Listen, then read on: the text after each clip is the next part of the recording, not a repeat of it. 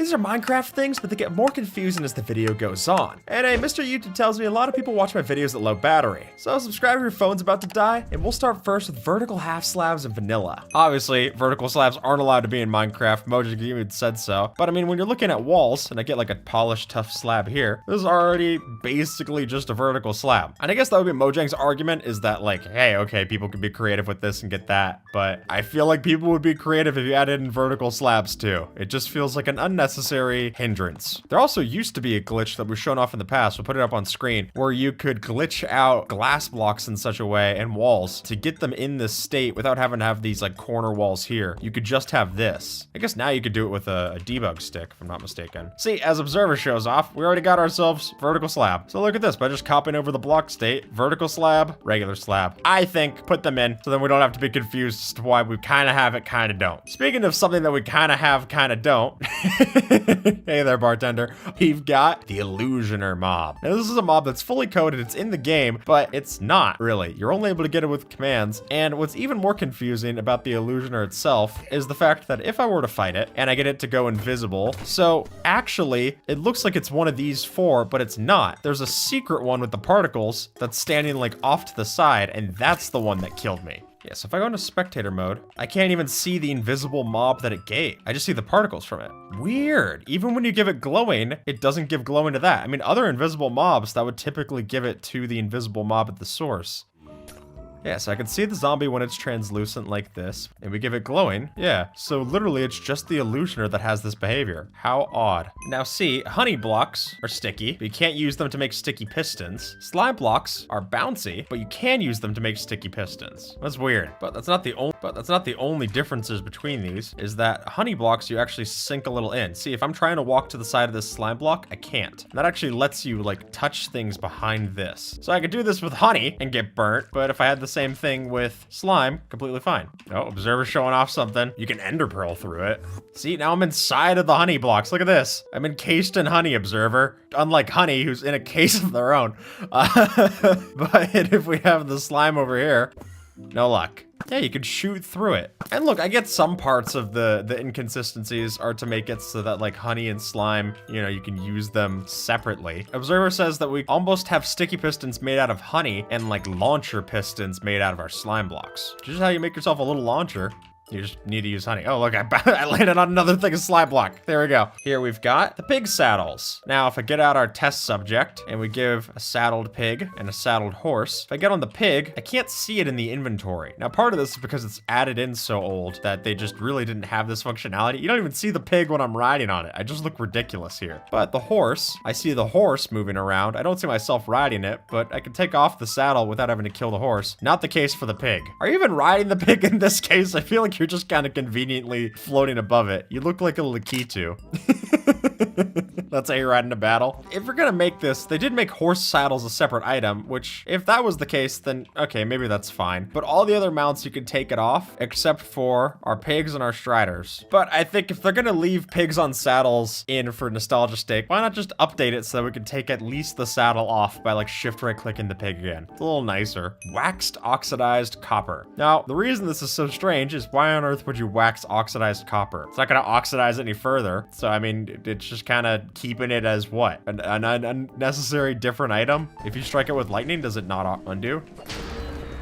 Okay, so that's why you would do it. So yeah, if the whole point is that you're waxing it so that lightning doesn't strike it, first of all, don't put a copper rod on top of it like this. But second of all, you could just use some of that leftover copper and divert the lightning so that it's not getting struck anyway. So it being a separate item is a bit excessive. But yeah, you look at the differences here. You just type in oxidized and you just see a whole row of essentially clutter items. Makes any random items challenge you play just that little bit more annoying when you can get even more of those varieties to pull from. Now, this is for some reason the only ore block that functions this way. If you were to break this, it has a 90% chance to drop the ore block and a 10% chance of dropping the nuggets. Let's break this. All right, I got lucky there. Well, actually, the luck factor doesn't seem all that lucky because even though it's 90% chance to get this, unless you're using Silk Touch, you could accidentally get this, what is actually the rarest block in the Nether. It's rarer than Ancient Debris, if you can believe it, because of how rare it is to generate. There you go. I got these nuggets. Terrible. At least I can smelt up the Gilded Blackstone glowstone for a full ingot. I can't do anything with the nuggets. It's not even enough to make a full ingot. Considering it's a block that you really just kind of want to use for decoration anyways, there's other better sources of gold. It really doesn't make sense to break this with anything other than Silk Touch, because you're just running the risk that you're going to lose it. And finding other bastions, that's annoying. All right, observer, we're talking about paintings, but you might see there's no paintings on these walls, and the reason is because these paintings weren't actually added in fully. These were added in back in the Wild update, these 4 elemental paintings, but only for creative. There's no way to get these in survival. And then in 1.21, they actually did add in a whole bunch of new paintings, and these still are not accessible. I don't get that at all. Yeah, it's very Avatar, which is a weird thing for them to even have a reference to with this. It didn't hint at anything coming up. I mean, maybe the breeze. Maybe we'll get other kind of elemental style mobs. We got a blaze and we got a breeze, but I don't know, what a dirt guy? Odd. Maybe Nether update, trial chambers, trail ruins, future update? I swear they did trial chambers because they kept spelling trail ruins wrong. Trials and trails. Like, the fact that they put those back to back makes me think that there was something with a typo. That's my own personal theory. Here we've got bamboo harvesting. Now, bamboo is instantly broken when we're using a sword, but because you're not supposed to be using swords for this, it uses double the durability every time that you're swinging at it. So it seems like, okay, maybe it's not the proper tool. Well, let's switch over to an axe. But while an axe does mine it faster than a fist, it's still slower than a sword. So wouldn't you just use a sword? If axes are the proper tool, it uses the correct amount of durability, why not just use the axe as the faster option? Frankly, there's no de facto way to get rid of bamboo. I guess slime block machines, you have a flying machine go through and automatically break it. That's all well and good. Doesn't use any durability. That just seems so strange to me. It seems like they wanted it to be a reference to cutting through forest with the machete, but why take double durability then? Oh, is it a bug? Here it is on the bug tracker. Thanks, observer. Well, basically, whenever we're breaking bamboo saplings, bamboo, or cobwebs, which are all broken faster with a sword, it does double the durability of like swinging your sword against, I don't know, observer or someone, which would say that it's the wrong item because the same thing happens when you use like a pickaxe to break dirt or your crafting table, but it's the fastest way to do it. So I don't know, it dulls the sword maybe, that's the argument. Just seems strange. Here we've got ore veins. Now we're gonna go on location for this one, observer, but what we're talking about that's strange is these giant veins that generate throughout your world, these large iron and tough or copper and granite vein generations, which as you can see are very inconspicuous. A lot of players would just walk by and you wouldn't even notice this. Frankly, one of the strangest things about this is the fact that it's called a vein, which is very confusing because players were already calling these other things, like these diamonds, veins themselves. So if like you found an 8 vein of iron, well no, these are the actual veins. And look at how big this is. It's such a strange thing. I guess you'd find it and you'd feel lucky. So I mean, no complaints there. Yeah, and then just seeing like random raw ore blocks that are interspersed in this, it's something that a lot of players don't come across, and even if you do, you don't know to fully excavate it. So very, very confusing. You know what, observer, I'm thirsty, so how about you come over here, I'll get you a drink. There you go, observer. So with the mod villager in a bucket, we now are able to put our villagers inside of buckets for transportation. And it keeps their same NBT data, but look, we got villagers of all different sorts. We could even put our zombie villagers inside of buckets.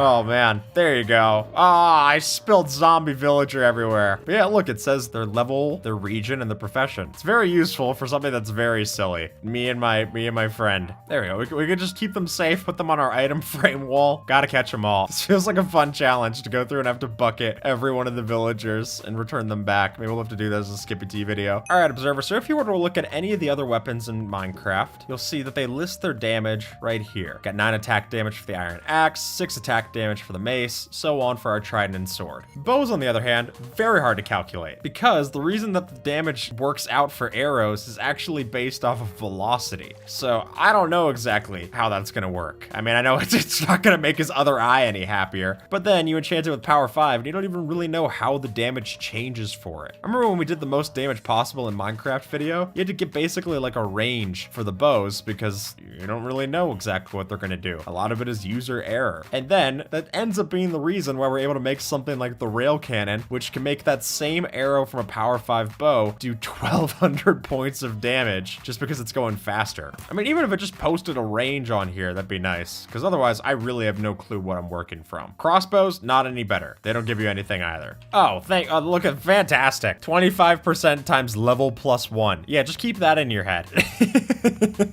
Observer, did you know that cake is a redstone component? Well, I'm sure you did because you're Observer. But sure enough, cake actually has a redstone level that it can give out. And here we're actually using it in our redstone system to align things against the water. So see, to cake aligns it perfectly, just enough of an indent so that when it flows over the rest of these, it'll actually get sucked up into the hopper. That's cool, but cakes with comparators give off different levels when you eat them. And I remember when we had the redstone utilities resource pack, the more cake that you would eat, the more that you could see the level that it was giving off here. Very odd. Really? It works through a wall? That's so strange. So that's it. Cakes are denoted as a container block. That's why they're able to kind of pick up in this way. That's so weird. We got a lot of white blocks here. But the strangest of which is the snowy grass. Now, you've probably seen this on some YouTube thumbnails before. It is technically one of the rarer blocks in Minecraft, but the reason why it's so rare isn't because you're not coming across it in your world, you're just not seeing it. Because this is actually the color of this grass whenever it has snow on top. So getting it to glitch out by having something like an Enderman pick it up is the only way to get this block, and it looks really cool. Yeah, they can't even pick it up anymore, so you have to get it in an earlier version, the Enderman, to place it back down. Very strange. All right, so netherite, ancient debris, is able to withstand lava. That makes sense, right? It comes from the nether, but when you do have it, with all that strength, it's able to withstand any kind of heat.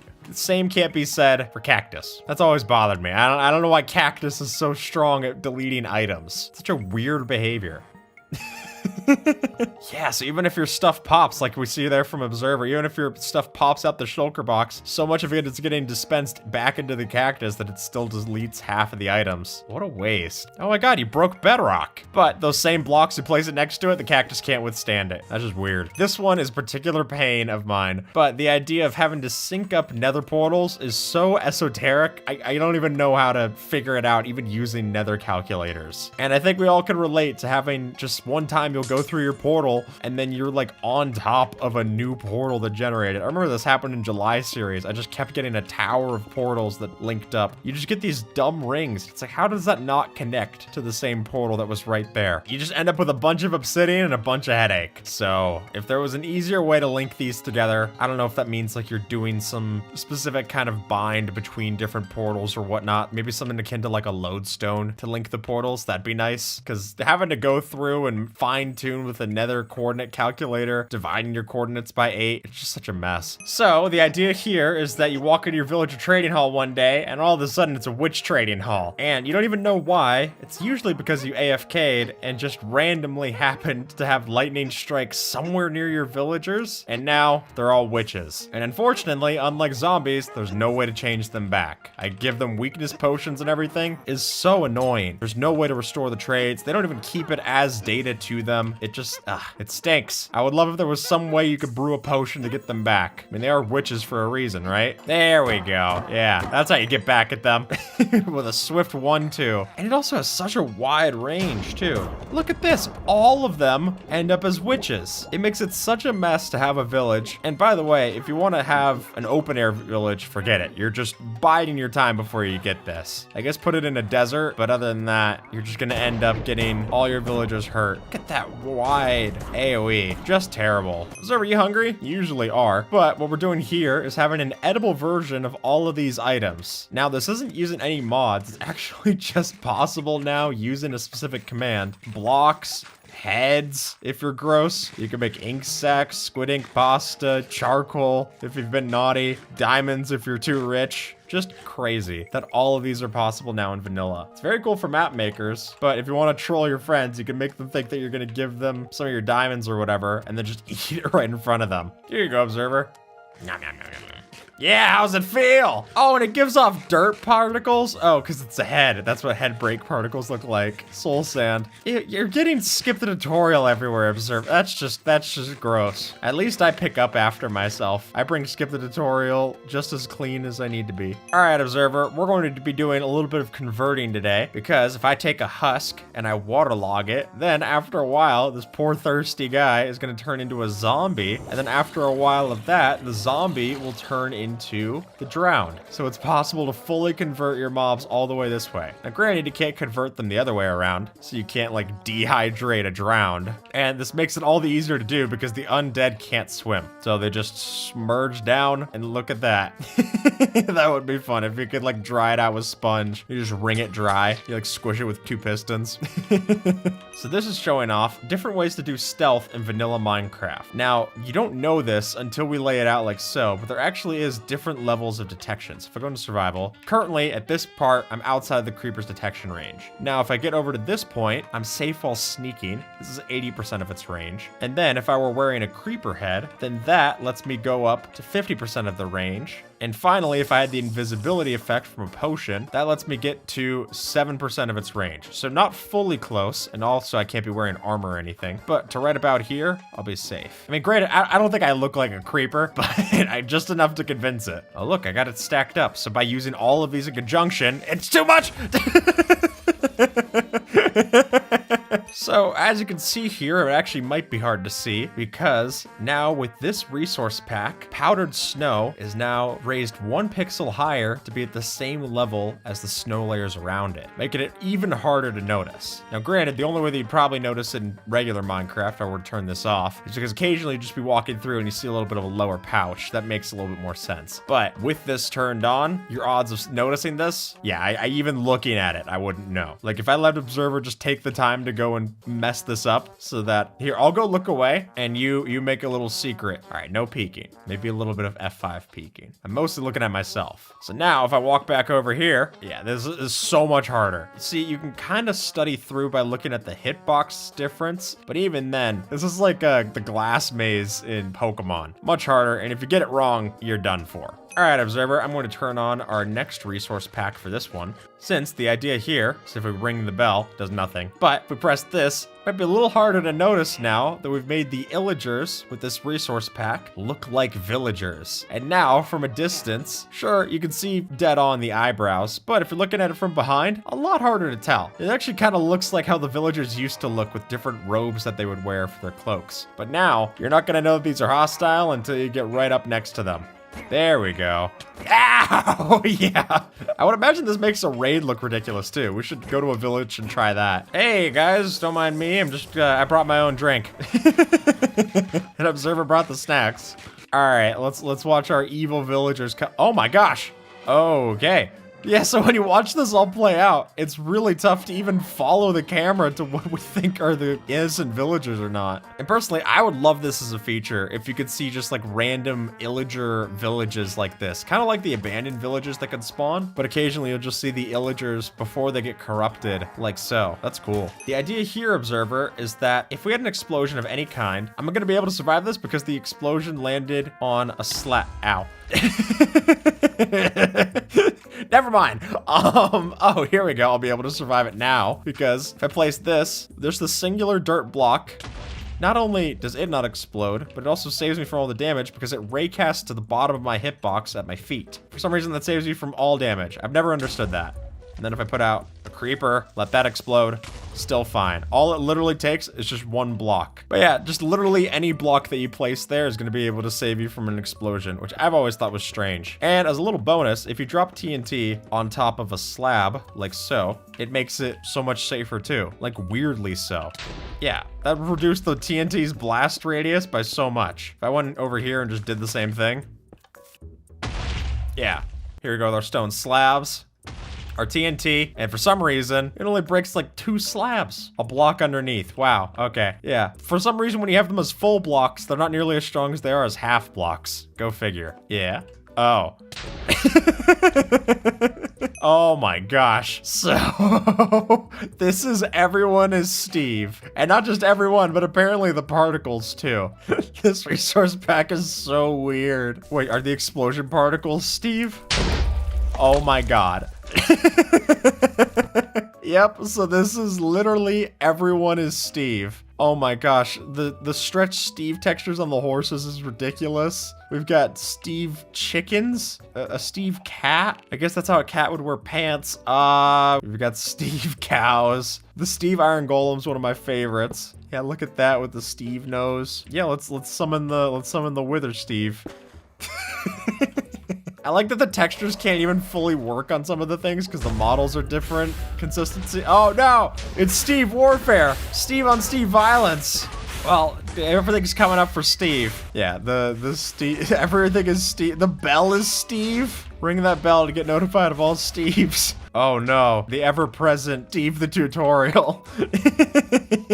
Wait, Observer, could you open up this chest for me? Yeah, look at that. Look at the brain surgery just to see inside another Steve. We're reaching levels of Steve technology that no one's ever seen. The Piglin Steve head. I look ridiculous. I look like the mid-transformation in Emperor's New Groove. Pull the lever, Kronk.